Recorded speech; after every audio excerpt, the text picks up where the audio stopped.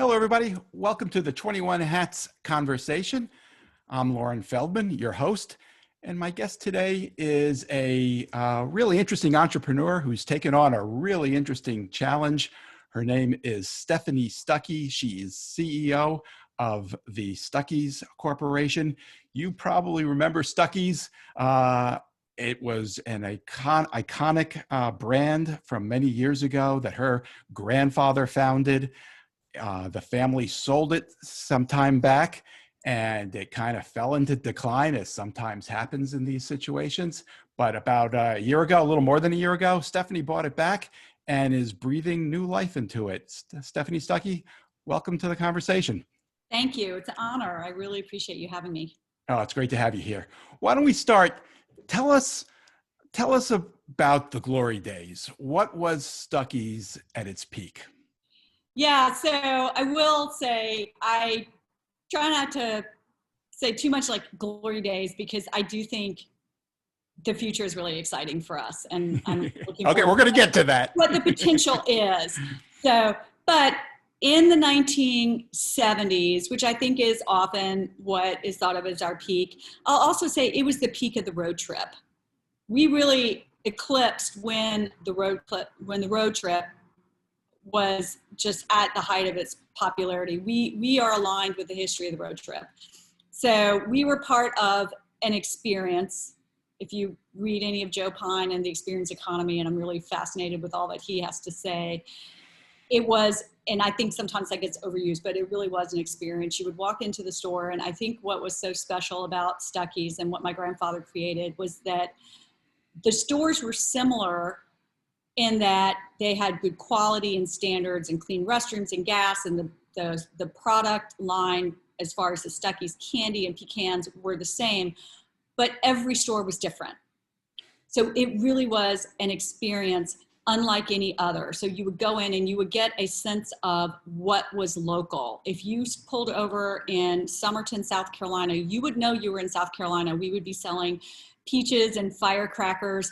Some stores had talking mynah birds. Some of them had those horses at the front. You put a quarter in and they would rock. Some didn't. Some had photo booths.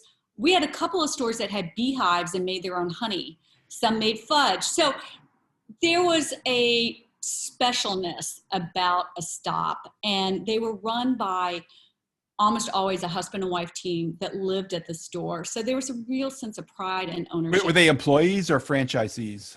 Franchisees. All of them? All of them. We've always had an independent franchise model, which we can get into later because going forward, frankly, there were some challenges with that model and getting consistency and quality. But historically, my grandfather was focused on the sale of his product and merchandise, and that's where he derived his product. But he had most often a husband and wife team who actually lived at the store. Lived in the store. So if you go to the old Stuckeys, I was in an old one 2 weeks ago in Hayden, Alabama, and the living quarters are still there. That's amazing. Yeah, our store in Johnston City, Tennessee, Illinois, if you go in the back of the store, the living quarters have been converted into a video poker lounge. Were some of them full service restaurants? I think there's some confusion about this. Some people seem to remember restaurants, but that wasn't predominantly the case, right? It was never the case. And my grandfather's vision, which I think is really smart, he was a businessman. He loved creating something fun for people, but he also enjoyed making money and employing people. And his idea was, like I said, he made money from the sale of his product. So if you have people sitting stationary at a table, you're not making a lot of profit. And anyone who runs a restaurant, unless it's a very high-end restaurant, knows restaurants are hard businesses to run. There's a reason why the number one failing type of business in this country is a restaurant. It's hard to make margin. It's hard to be profitable with food. Even in normal times. Even in normal times. And then the wait staff, labor cost. So my grandfather he recognized that was a challenge. And when people are traveling, he also was very thoughtful and deliberate. What do people on the road want? You give people what they want. If you're in a business, you're solving a problem for people.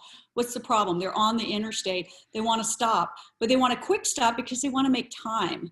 So you want they want a hot meal, but they want it quick. So he had a snack bar. You would order at the counter. He had very limited seating. Why? He didn't want people seated. He wanted them walking around the store spending money. So you could grab a hot dog and walk around the store and look at all of his kitschy souvenirs and his candy and his pecan snacks. And that's where he made his money. He wanted people walking around the stores. Didn't want them seated. So you said the peak was in the 70s. That's 50 years ago now. Yeah, 60s and 70s. How many stores were there? 368 in almost 40 states. Wow. Every major highway. Can you tell us what the revenues were at the peak? Not off the top of my head. I do have that figure and I just can't pull it. Understood. And I don't want to misstate. And did your grandfather own the whole thing? He did. Well, let me preface that. The franchises were independently owned. Right. But he owned the company outright. And what I think it's really fascinating the way he built employee loyalty. It was not uncommon. I know this is part of that era, in the 50s and 60s and 70s. You would get a job out of college or maybe out of high school, and that was your job. You were part of that corporation for life. And you rarely see that today. So I recognize that part of it was just the culture of the times. But my grandfather really rewarded his employees with ownership in the company. But the way he did it was they had shares in the stores. So the franchisees sometimes wouldn't completely own their stores. They would own like half of the stores, and he would share ownership, and he would give bonuses every year for good employees, and it would be shares of the company. Got it. Of the stores. I'm sorry, shares of the stores, but the company he owned outright. All right. So you've given us a picture of it at its peak. You bought it back a little more than a year ago, right? Right at a year. Yeah. What did you buy? I bought Stuckeys Corp. On paper, what I bought was 67 franchise locations. Again, all franchised, only 20 of which were brick and mortar stores, a distribution center that we rent, not own. And what I really bought was a brand. I bought the trademark, which I immediately made sure was updated. Hired a law firm, and we did have to update some of the trademarks. I really bought a brand. I see. So from 368 to 67 locations, you said that only 20 of them are brick and mortar. What the others are kind of the store within a store thing? Yes. So that's a concept. Without going too much in the history, it fell out of family hands for over 20 years. My father got the company back 1985. He was running several other businesses at the time. So what my father did that made sense at the time was because he owned Interstate Dairy Queen Corporation. So he would pair Stuckeys with Interstate Dairy Queens. And so he's created this model store within a store. So you pull over, and nowadays you see co-branding all the time at Love's and Pilot and all the other interstate locations. You'll see there will be a Wendy's or a Subway or a Dunkin' all under one roof. So he was doing that in the mid 80s with Stuckeys. And so some of those are still around. Some look good, some not so good. So a lot of cleaning up to do. More about what exactly you bought. Can you give us some sense of the revenues? Yeah. So we had not been turning a profit since 2016. And when I got the company, we ended 2019 in the red, 130,000 basically. And that was largely because one of our big accounts, what I've learned about anyone who's familiar with what I call roadside retail, truck stops along the interstate, it's an extremely competitive landscape, much more so than, when my grandfather started, we were the first roadside retail. There was no competition. Now it's everywhere. And there's every week I have to keep up every single day reading the convenience store daily paper to see who's bought who out. Speedway gets bought out.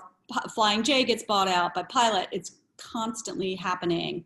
And we were in Stuckeys Express was in a chain, Wilco, and Wilco got bought out by another company that then got bought out by Pilot. And they pushed Stuckeys largely out of their locations. And we overnight lost, a quarter of our locations, and that we were no longer profitable and just hemorrhaging money year after year after year.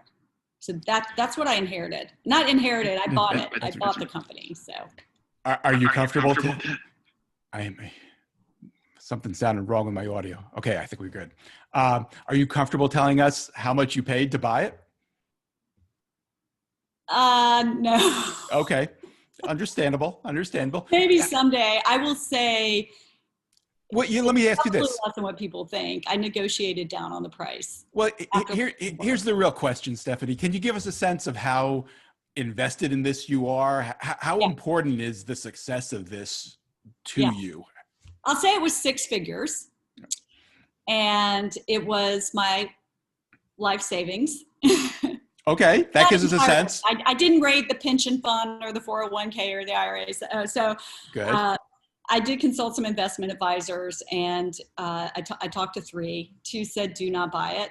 And the third said, invest in it. And the third who said, invest in it, is someone who knew my family and had been involved with the business peripherally over the years and had a good understanding of the company. And he said, you should do this because it's a brand, and you're buying the brand, and the brand's not on the books. And within 6 months, we started turning a modest profit. Interesting. The ones who told you not to buy it, what did they tell you? Well, they just looked at the books and they said, this company has been losing money. It's a very competitive landscape. Your stores are not in good condition. You don't have the rights to those stores. So I can't go in and control. I mean, yes, I can technically, under our franchise agreements, and I'm an attorney, but you have to be an attorney, you read an agreement. It's very straightforward. If I don't think that they're representing our brand well, I can debrand and I can take Stuckeys out of the stores, but frankly, we need the revenue. So it's a challenge. And so what I quickly did was start looking at how are we generating our revenue? Where is the money coming from? And then double and triple down on doing that. And that's how I was able to turn the company around. Got it. All right. I want to talk a lot more about that, about how you turned it around and what your vision is for the future. But let's take a step back quickly. Tell us, how much involvement did you have with Stuckeys as a child? What did it mean to you growing up? I had involvement, honestly, just like anyone else who might just drive on the interstate and take a family vacation and stop. I took family vacations in the 1970s in the Woody station wagon. I'm number 4 of 5 kids, so I was always thrown way in the back. So my Stuckeys memories, I think the one area where I differ is I talked to some other kids, people my age, and they're like, oh, I had to beg my parents to stop at Stuckeys, and sometimes we drive by. I never had to beg them. We always stopped, even though the stores were sold in 1964. So even before I was born, the stores had been sold. They were no longer in family hands, but it was still our name up there and it was still the brand. So we would stop, but we weren't involved in the business. So it's not like a traditional family business where you grew up working summers in the business or something like that. Never. I was, and I mean, I'm just going to say the reality I think times are changing. I have a lot of respect for my dad, and my grandfather, but I have 3 brothers. The men were more groomed for maybe you'll take this on. Interesting. And I'm number 5 of 7 grandchildren. I'm number 4 of 5 of my dad's kids. And it was just never presented to me. And I have a lot of respect for my father and his business partners, and they were always very open and welcoming. And my dad's former partners have been so supportive of me since I've taken this journey, and they're just a phone call away, and they provide a lot of support. But no, it was not like someday this will be yours. This pecan log roll empire and rubber alligator dynasty is yours. Yeah, no, not at all. And you did not go off and have a business career either. No. You became a lawyer. Um, Yeah. Tell us about your, what kind of law did you practice and where did that lead you? I wanted to try cases. I wanted to be a litigator. And if you're fresh out of law school, a lot of lawyers can relate to this. You're limited with options if you really want to get in a courtroom. If you go with a big law firm, they're not putting you in a courtroom. And most large law firms don't really try cases. It's a motions practice. It's a lot of negotiation. So I wanted to be in a courtroom. And so you can either go in a small town where you can practice any, general practice and get in court, or you could be a prosecutor or a defense attorney. So I applied for defense and prosecution positions and I got hired. I basically took the first offer, which I loved, and I did criminal defense law for almost a decade. And I worked in the state prison system for a while initially, and it was great because I learned appeals, which I think, so initially I was not in the courtroom, like the first. Was this in Atlanta? Appeals. And then I went to Fulton County Public Defender's Office and I was trying murder cases and manslaughter, armed robbery.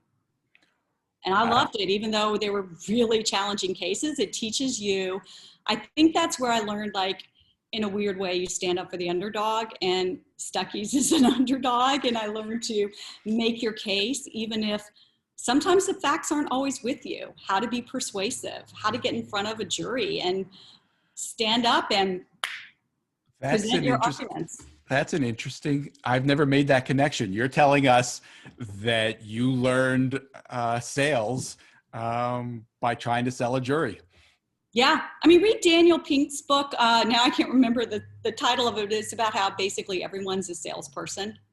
We're all selling, whether you're in business, and then I went in, so after that, I got frustrated that public defender's budget got cut every year. And so I decided to run for office to get more involved in state budgeting issues. And so I was in the state legislature for 14 years, 7 terms. And in politics, you have to sell. You're selling yourself and you're selling your issues. You're selling your platform. And then I segued from that to being an environmental lawyer because I got very involved in environmental issues. So that's sort of. Did you enjoy politics? Pardon? Did you enjoy politics? I loved it. Great lessons, and I think the most important thing that I carry with me to this day is the power of collaboration, because I did not get anything accomplished without coalition building, community organizing. I know that sometimes gets thrown out a lot, but it's really critical. And I learned the power of, Georgia is, and is very much so now, it's a bipartisan state, and you have to learn to get along. I've been hearing about that. Yeah. When I was elected, I'm a Democrat, and when I was elected, and I really try to keep politics out of Stuckeys because I want Republicans to spend money at Stuckeys, and please, you're welcome in our stores. But I'm a Democrat, and when I got elected, Democrats were in the majority, but then it flipped and we were in the minority, and it was a hard lesson learned, but it really taught me when you're on the top, you need to be nice because you never know when that dynamic switches overnight. I mean, that election night when we lost control of the governorship, and then right after that, we lost control of the Senate. And then 2 years later, we lost control of the House. Like, you out of power. You got to learn how to be nice to people. And if you hadn't learned it when you were in the minority, then people remember. So what led to the sale of the business? I guess it was your father who sold it? Actually, initially, I bought his business partners out. So my dad had several business partners, and they ran several companies. Their main company was Interstate Dairy Queen Corporation, which they sold to Warren Buffett in around like 2012-ish. I should remember the exact date, but around then. So your father was running it until 2012 with these partners? Partners, yeah. And he's 85. Now, he was playing golf a fair amount, and his partners were helping. The company was it was a very well-run company, and it was also a franchise operation. And so he and his business partners and his business partners are younger than he is. So he continued to remain involved. He was not the CEO, he was chairman of the board. And then after they sold to Warren Buffett, most of them retired and left. And so Stuckeys was largely run by a skeleton crew and didn't have a CEO and didn't have a strategic plan. And so Was Stuckeys technically owned by Warren Buffett? no. No. See, Dairy Queen was a separate entity. I see. Yeah, but if Warren Buffett's listening, I would be, he owns See's Candy. I would be very interested in Warren Buffett helping me with Stuckeys. I'm sure he is listening. Right. What I do love, I study the Oracle of Omaha a lot, is he invests for the long term. And that's what even though I'm older than I think maybe some people doing a career shift, I'm post 50, this is an investment. This is what I want to do with the rest of my life, and hopefully one of my kids will as well. And it's a wonderful brand. So that I bought out my dad's partners. I bought 49% of the company, and at that time there was not a CEO. So I said, this was a year ago, or a year ago, yeah. Okay. And then a few months later, I bought out my father and his shares. I see. Yeah. Where do you trace the decline of the business to? Did that happen before it was sold? Oh, the decline was when my grandfather sold the company to Pet Dairy Corporation, and he remained head of Pet Dairy. What business is that? That's not a name I'm familiar with. So it's St. Louis-based company, and if you've ever baked evaporated milk, condensed milk, Pet Dairy. Don't believe I have. They owned Whitman Sampler at one point. I've heard of that. It seemed like a good fit at the time because they were in the candy business. Right. And then my grandfather remained head of the Stuckeys division of Pet. And I think you see this a lot with a visionary founder of a company. He had a great idea, roadside retail, there's a need for it. He grew it from a modest pecan stand on the side of the road in 1937 to, the 368 stores. But it got to the point, and this happens in any business, you get to the point of the growth is going so fast and he was rapidly expanding, he couldn't manage it. So he needed the capital and he needed more management in order for the company to grow. Now, he could have gotten business partners. You could have gotten a loan. He'd actually gotten loans throughout his career. He was always very highly leveraged, but I think he just was ready to get additional support. And it was a very lucrative offer. The money was good. And so he sold. He completely sold 100% asset share. He sold the candy plan. He sold the trucking company. He sold the billboard company. He sold the franchise rights to the stores. He sold the trademark. He sold the company. And then the head of Pet Dairy Corporation, who brought my grandfather on, with whom they had a really good, positive relationship, he died suddenly of a heart attack in his 40s. Mm. So that's kind of the downward trajectory. I think often, business decisions are definitely based on finances, but it's also relationship based. Sure. This was largely relationship based. There was a trust factor. There was a sharing of the vision and the strategic direction of Stuckeys, and that was gone when the CEO of Pet died. And so my grandfather was pushed out, and he died shortly after. And then Pet got bought out in a hostile takeover by a Chicago railroad conglomerate. And then there was the Arab oil embargo. People weren't driving on the interstate as much. And then there was the Airline Deregulation Act, which made domestic air travel affordable. So it was just all these bad things happening. It was like a perfect bad storm happening. And so I don't know if you can pinpoint like this one thing. And you've studied so many businesses throughout your career, Lauren. I'm interested in your thoughts, but I wonder how often there is just like this one moment when a business starts failing. Don't you think it's normally like I study a lot of businesses and why they failed sort of as a cautionary tale. And you can see these, like in retrospect, you can look and like, that was significant. That was significant. They should have started turning the tide. But I think often the reason it fails is because it's incremental. You don't think, oh my God, this happened. We gotta fix it. It's gradual.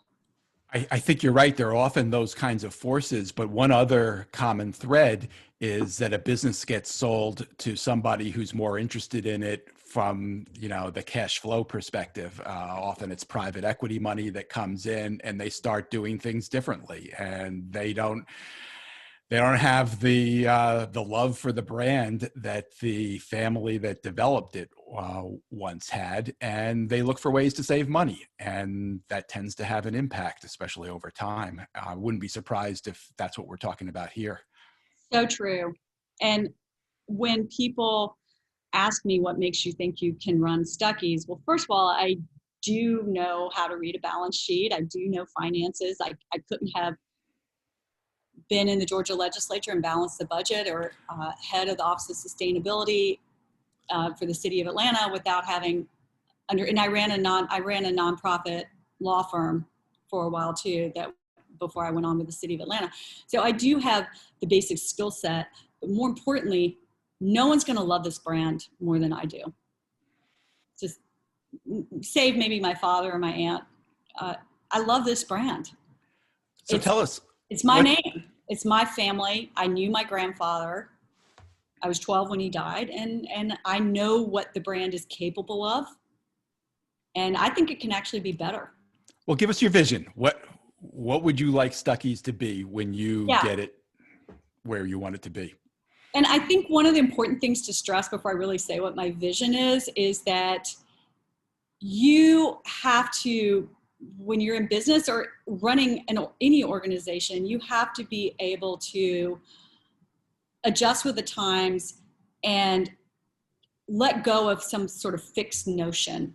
And I think especially if it is a family business, that is hard, because there's, in my case, 3 generations of running this company, albeit a big gap in there. But I had a very almost romanticized view of Stuckeys when I took on the company. And, I want to bring back these the turquoise buildings with the slope roof and the little jewel of a candy store on the side of the road, and I want that back. And there's part of me that's still really attached to that, but then I look at how are we making our money? What's driving the revenue growth? How have I been able to turn this company around, albeit we have a long way to go, in 6 months, despite a pandemic? And it's because I've been selling the product. So the future for us is going to be more product focused. And the core of our product line is I say pecan, I can also say pecan, but it's the pecan. And that is one of the few nuts that's native to the United States. 90% of the world's production of the pecan is in this country, and Georgia has consistently been the #1 state for pecan production.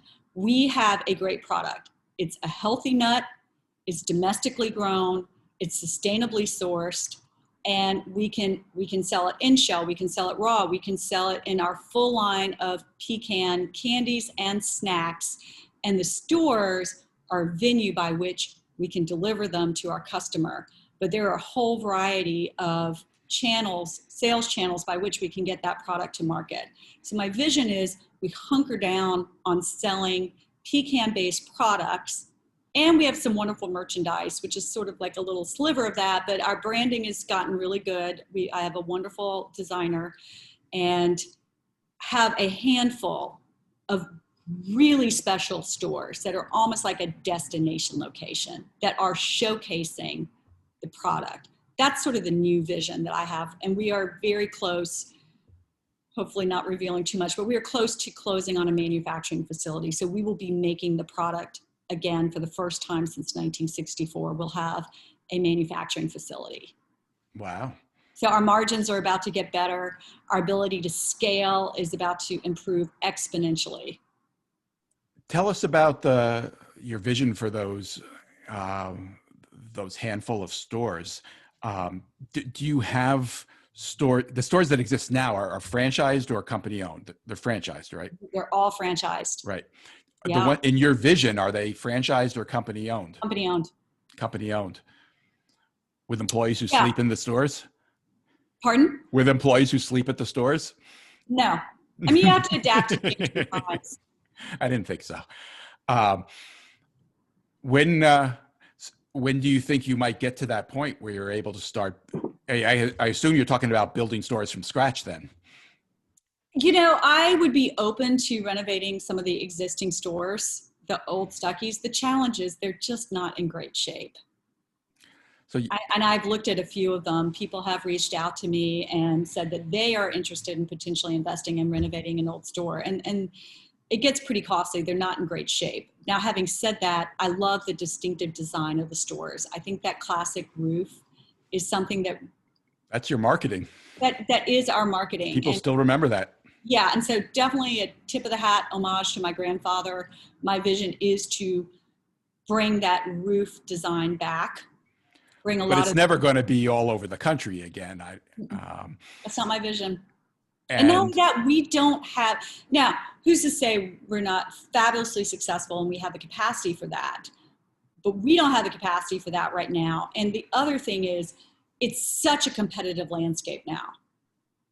And I get back to what I said at the beginning is, when you have a business, you've got to be solving a problem that people have. So what's the problem you have on the interstate? Well, when my grandfather started, there wasn't even an interstate. He was before the interstate. But people traveling needed a place to stop where they could get gas, where they could get a hot snack, maybe a souvenir or two. Those places are everywhere now. So it's figuring out what's our marketplace differentiator. And as Seth Godin likes to say, who is our tribe? Who is the unique customer who's going to want to come to our store above all others? So working that out, I just think it's going to be, I have a business partner now. So I did shortly after acquiring, there's a lot I'm throwing in here and I'm sorry, but don't be sorry. He's in the pecan business. So he's going to help with the manufacturing and exporting and grocery store distribution chains. He's got so you sold him a portion of the business. Mm-hmm. Yep. And that was going to be my next question. I was going to ask you, because you mentioned how people ask you why you think you're qualified to run Stuckeys, and you have a great resume. But this show is called 21 Hats. You're wearing a lot of hats right now, and you're talking about doing things that I don't think you've done before, like overseeing manufacturing. I have not done that before. I didn't think so. And if you start building stores, you're talking about site selection and construction, yes, development, all kinds of things that you haven't done before. I'm curious, what are you most confident about, and what are you most wary about taking on in all those roles? I'm most confident about building the brand, the marketing. Yeah.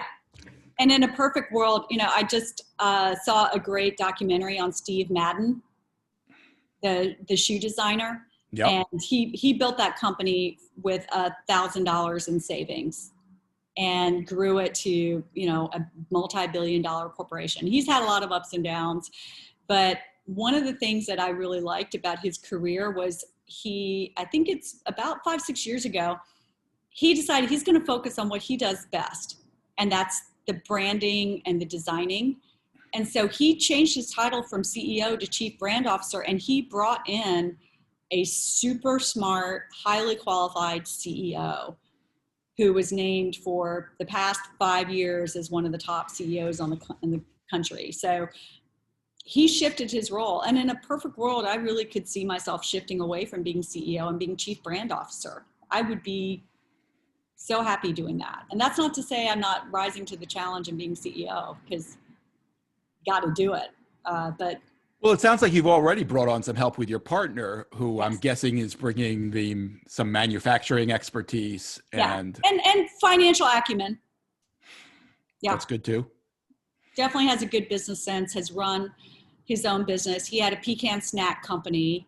He's younger than I am. He's about 15 years younger. So it's also a bit of succession planning and getting the fresh perspective of someone who didn't necessarily grow up with Stuckeys on the side of the road. So, we've been there, but it wasn't the same. And his name's RG Lamar. He's very good at bringing me down a notch or two when I get all romantic about, remember the talking minor birds and the Stuckeys? Like, no, Stephanie, I really don't.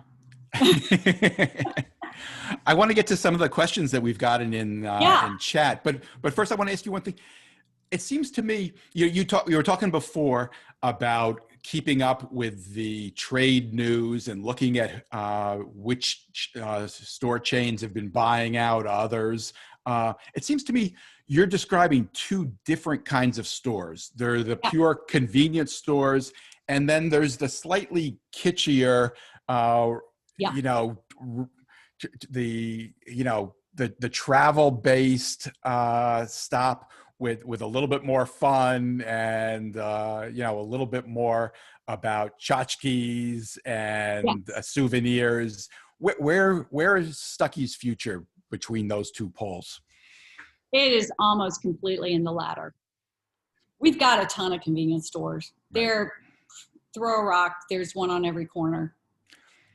We're not, and But the driver is choosing between both, and we're it's not still for competition for you, right? It's like Seth Godin. You know your tribe.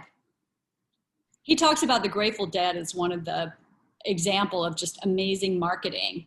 So the Grateful Dead is not everyone's cup of tea. I personally am not a Dead fan. I can name one of their songs. That's it. And I think they've only had one hit. But they are hugely successful because they have rabid fans. So I don't want to be a C store. And I know we're in that box right now, but I have joked that, yeah, we're a C store, we're a candy store, but that's not entirely us either. It's just play on words. I want to be that special destination that's affiliated with the road trip. That road trips, I think, are making a renaissance. And I would like to see more people discover how much fun it can be to get in the car and take a trip. It's actually quite affordable too. I just did a road trip this weekend. I went down to Plains, Georgia, and there's so many fun things. You can pull over, you can have a good time, you can see interesting places. And I see us wrapped up in that. So you pull over to our locations, and I'd like to see local souvenirs, a local sense of place and flavor, and local products, food products, snacks, and then even travel guides, almost like a travel stop, a rest stop, where you have, when you walked into the old Stuckeys, there was always a huge display right at the entrance of all the travel brochures. You know, those Sure. kiosks or those stands that you see, they were full. You knew all the places to go in that community, in that area, like 100-mile or 60-mile radius. And so I want it to be more of, we're going on a road trip and we want to pull over at Stuckeys, and we're going to have to compete with apps and other options. But I But think when you there's say pull something over at about the Stucky's, physicality of are it. you talking about a company-owned store? Yes. My vision for the future is to have a handful of company-owned stores that would be curated, that would be unique. There would be a consistent feel to all of them, just like my grandfather, because you pull over at Stuckeys, you're going to have an expectation that you're going to have a certain level of quality, but I want it to be unique and special and different. I want every store to be unique and special and different. They're not going to be like a McDonald's, and I respect that company a lot, but you go to McDonald's in Toledo and it's going to look like a McDonald's in Sarasota. One of the questions we got asked about Cracker Barrel Yeah. and their model of combining food with a retail store setting. Do you see that as something of a model for what you're envisioning? Their retail setting, absolutely, I do. And they're different from us in several significant ways. We have gas. So my grandfather, and this is consistent with today's vision, is we were a one-stop shop for families. So you could fill up with gas, you could get a clean restroom break, you could, and he was about fast snacks, not necessarily fast food, but you could get a hot snack, you could have, a 15-minute break and be on your way. Cracker Barrel is full service, sit down restaurant, and they don't have gas. Their retail, and I study their retail very carefully, slightly different. They have a pretty decent clothing selection.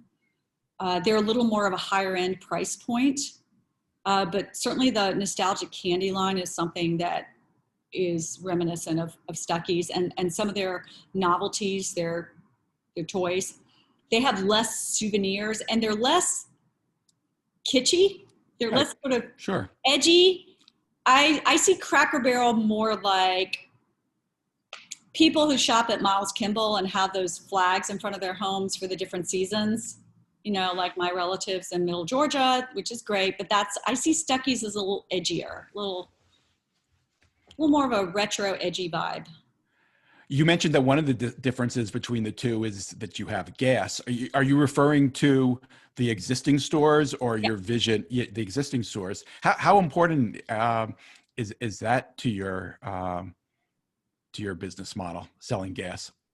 It's important, but obviously my background in environmental work and sustainability, and I That's where I was going. vehicle. So my vision for the future would be sustainable stores that would have EV charging, energy efficient buildings, which is very easy these days because most building standards require energy efficient, but definitely energy efficient buildings and solar panels. Got to figure out the solar panels with that crazy slope roof. And I'd love to start doing recycling. It gets pretty challenging recycling on an interstate highway, and educating motorists on how to recycle properly can get kind of demanding, but I do envision a lot of sustainability components, a lot of my sustainability past moving forward into the Stuckeys of the future. We get another question asking about what you see as the biggest opportunities and biggest challenges. You've mentioned both. Yeah. Is there anything we haven't covered in terms of an opportunity or a challenge that you're focused on? So I've got kind of a bit of an interesting concept that I'm going to pilot out. So this is an opportunity, and I'm going to experiment with a truck. I just bought a truck. It's a box truck, and I'm calling it the Mobile Stuckeys? A mobile Stuckey. So it's rolling retail. The whole concept is we'll bring the road trip to you. And this truck could be at festivals, events. We could also use it as a sales rep truck. So we do have 3 sales reps who service our existing stores. And then we have some, I haven't even talked about this opportunity, but this is one we're currently doing and we plan on expanding. We're in other retail stores that are not branded Stuckeys. So we're in about 200 Ace Hardware stores. That's a big way we were able to remain profitable, to get profitable and remain profitable this year, was that we got in a bunch of retail outlets. So this truck could service retail accounts, and it could also be for special events. Like, who's to say if your church has an event or you have a birthday party, you couldn't have the Stuckeys truck show up and we can sell candy and souvenirs and snacks and have a photo booth. I was actually looking at a photo booth today. I was talking to a company that could make a Stuckeys photo booth. So, but my business partner said, God bless him. He said, Stephanie, I'm going to let you do this truck idea, but if you're going to fail, if you just make sure you fail fast if it doesn't work. Have an exit strategy and fail fast. So I got a truck that already I know has high resale value, and I can probably, and I'm going to wrap it, not paint it. So I'm already figuring out, like, if it doesn't work, how can I get out of this as quick as possible and cut my losses?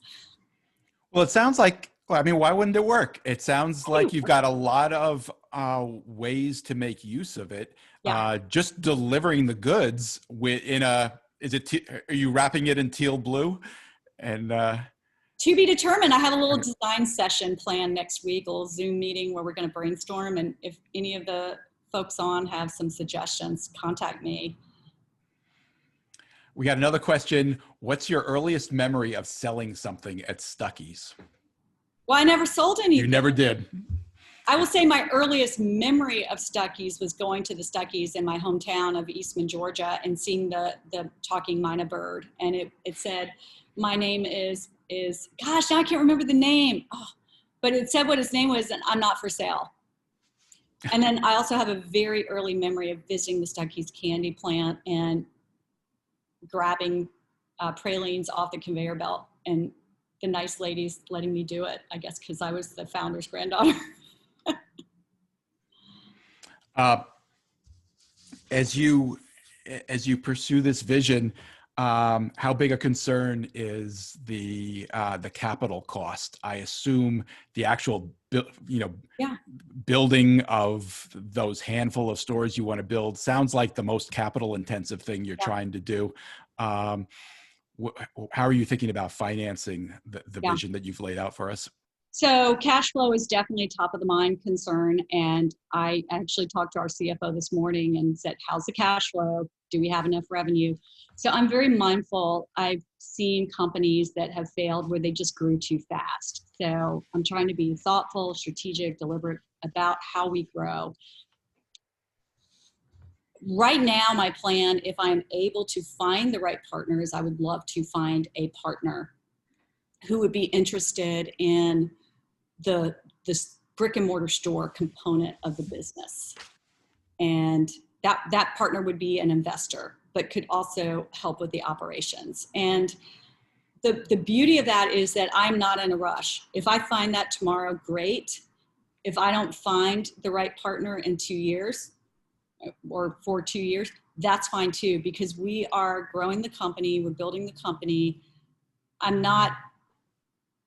I do always have a sense of anxiety and urgency, but at the same time, I think it's important in any negotiations, and I learned this practicing law, is the ability to walk. We're not desperate for financing. The company's profitable.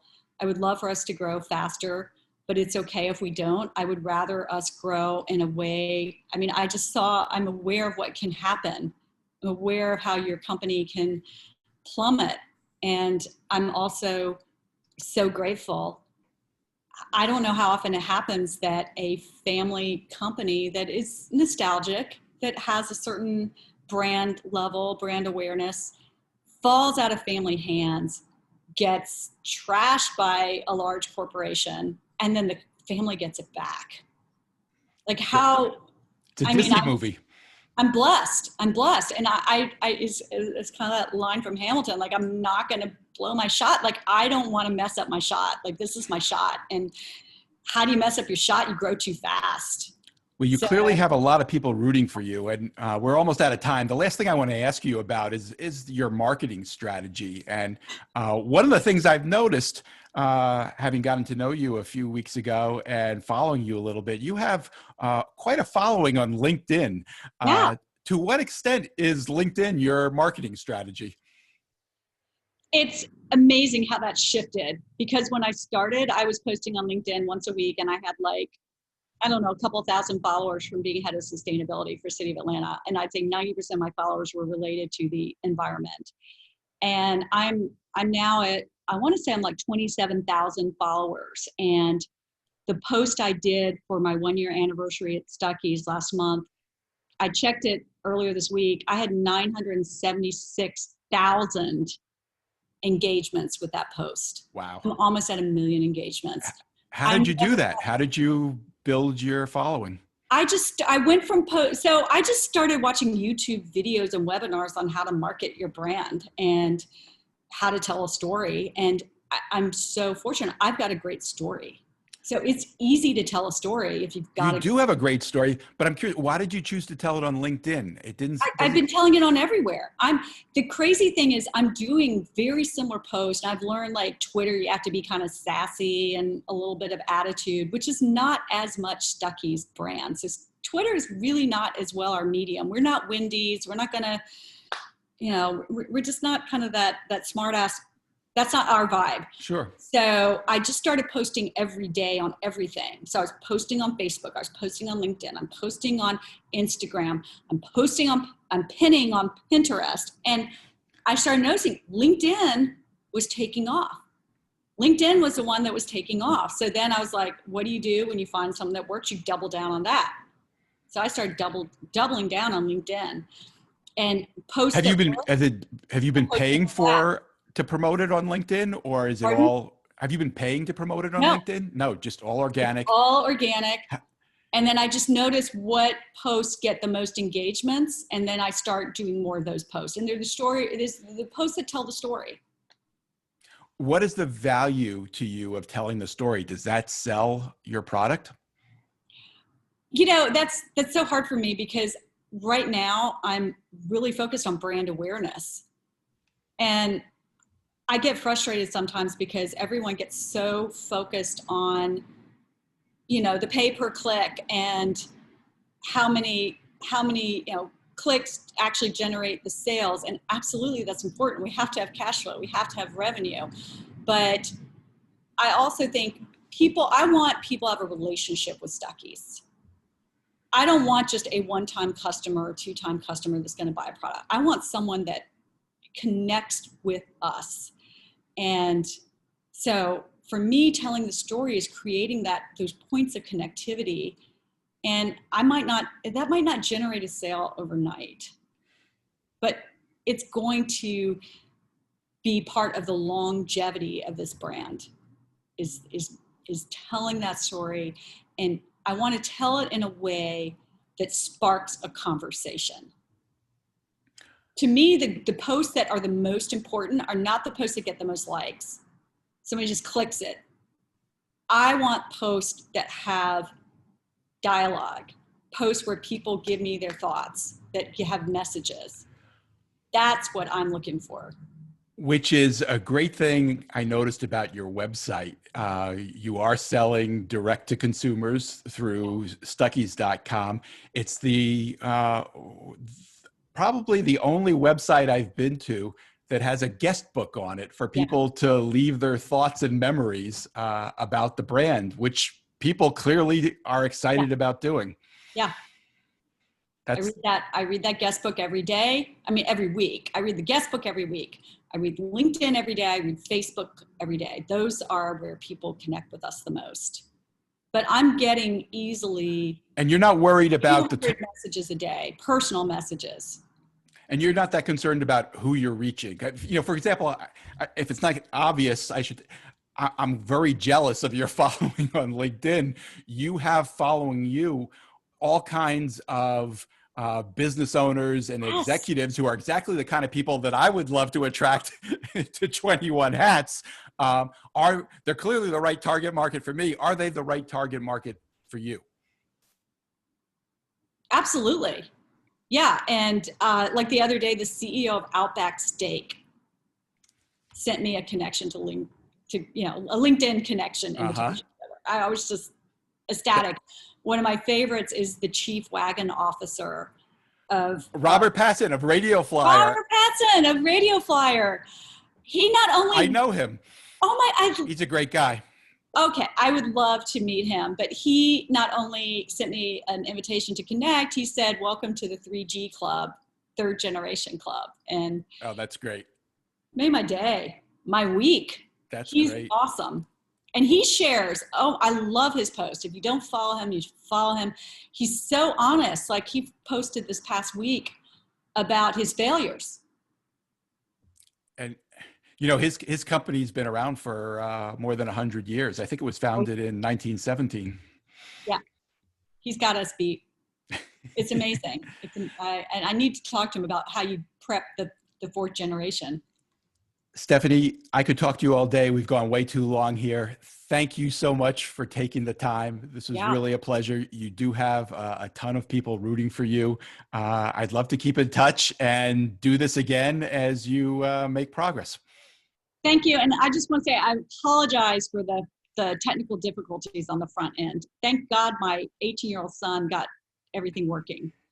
That was, you know, I meant to make that apology. I completely slipped my mind. I appreciate you mentioning it. We did start a little bit late, everybody. Sorry about that, but thank you for hanging in there. As far as I'm concerned, it was well worth it. Yeah, we're on my son's computer. That's how we got this working. All right. Stephanie, thank you very much. Thanks everybody for joining us. Thank you.